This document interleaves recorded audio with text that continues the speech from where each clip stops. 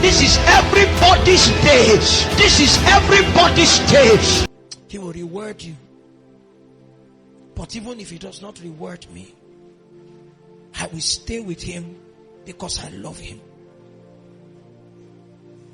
I will stay with him because I found out that salvation makes man saved, but it also makes him a debtor.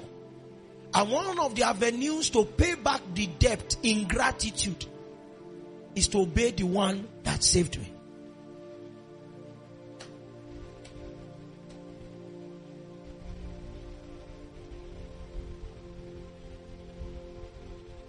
So I know that if you am dedicated to him, I will escape the poverty of my family. Nobody, my family has not produced a graduate. If I am more dedicated to him, I'll be the first graduate.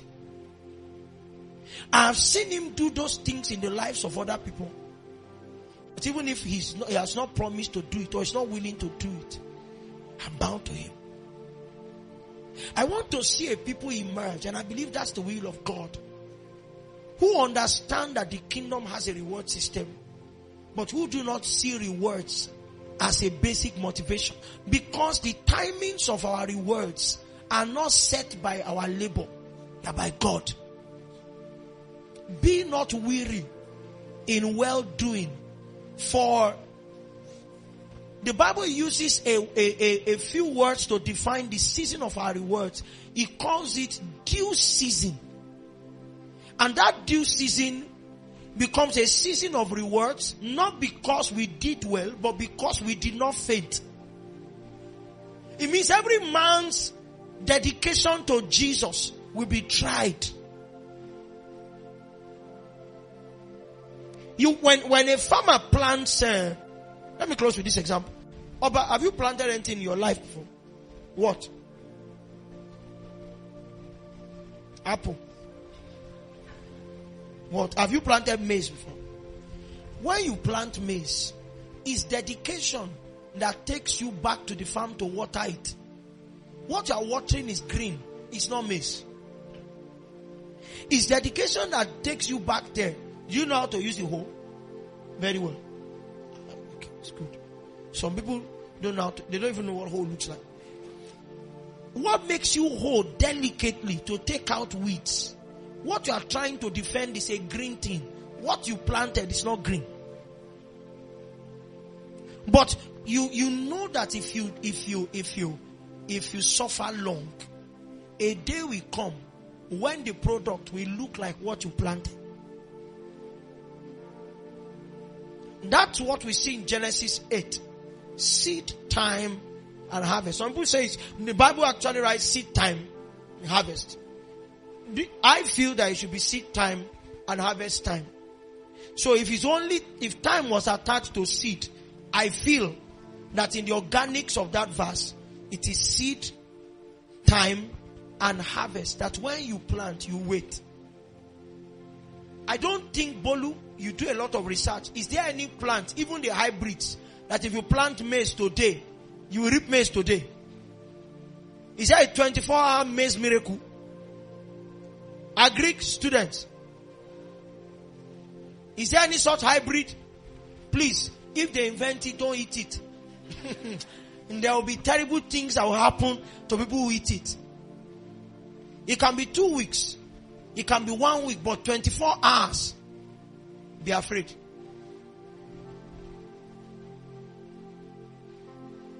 When a man becomes too obsessed with rewards, he drops out of the clock of heaven. So you see a man and you say, is it your due season? As long as your life is bringing him pleasure, be fine. One day, he will be so pleasured that he will reward you. But there is a reward.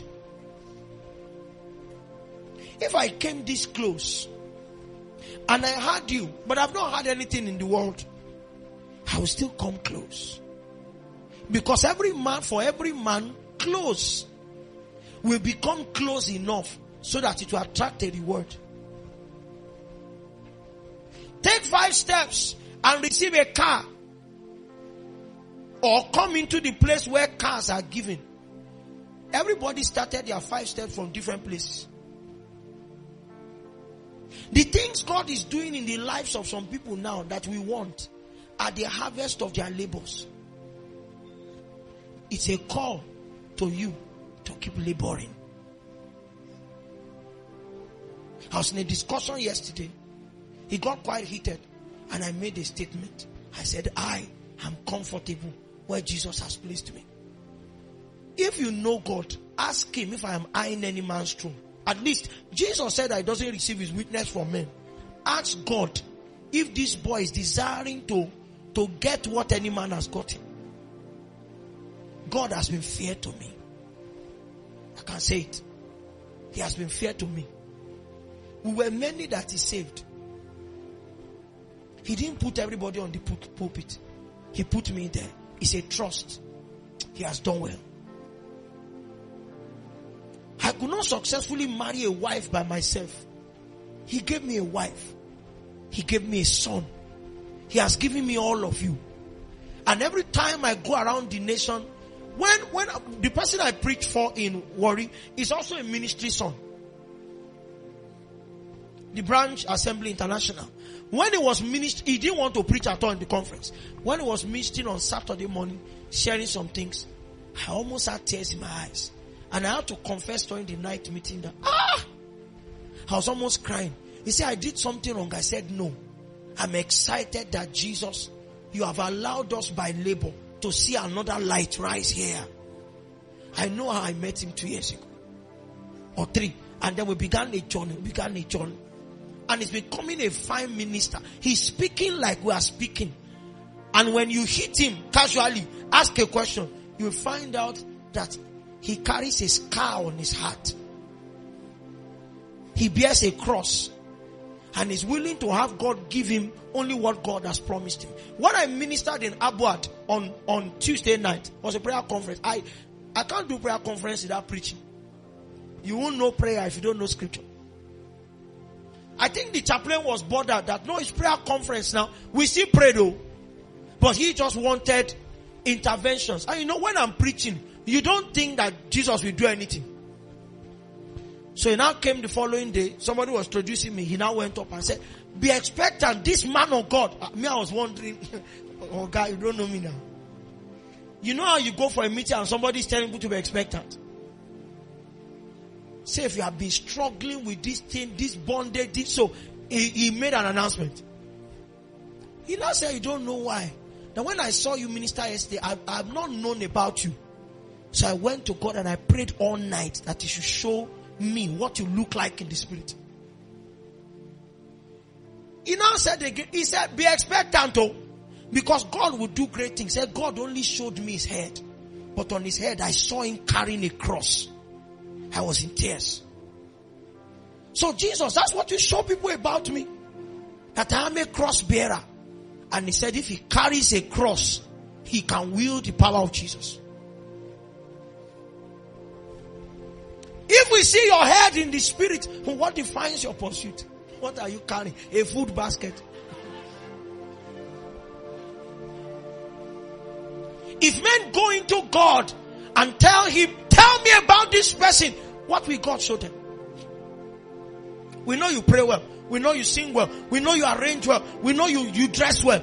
But what is your true pursuit? Because when Jesus wants to bring witness, his witness is always truth. What do you carry in the spirit?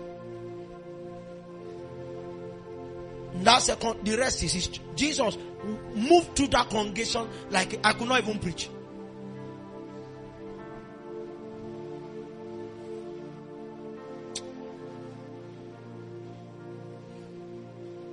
And Lord, I want to know you more. Deep within my soul, I want to know you. Yes, Lord, I want to know you.